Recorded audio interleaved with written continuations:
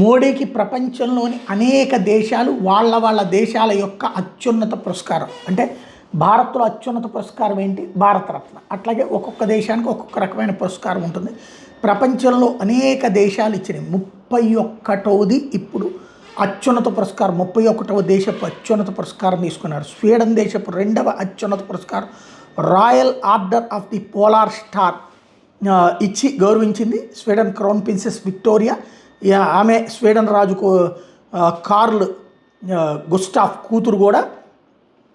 తద్వారా ఇప్పుడు 31వ గౌరవాన్ని పొందినట్టయింది.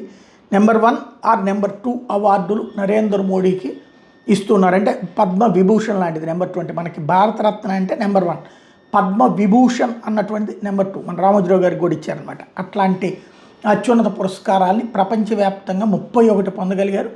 నెహ్రూ, ఇందిరాగాంధీ, లాల్ బహదూర్ శాస్త్రి, మొరార్జీ దేశాయ్, మన్మోహన్ సింగ్, అటల్ బిహారీ వాజ్పేయి కూడా సాధ్యం కాలేదు ఇవి.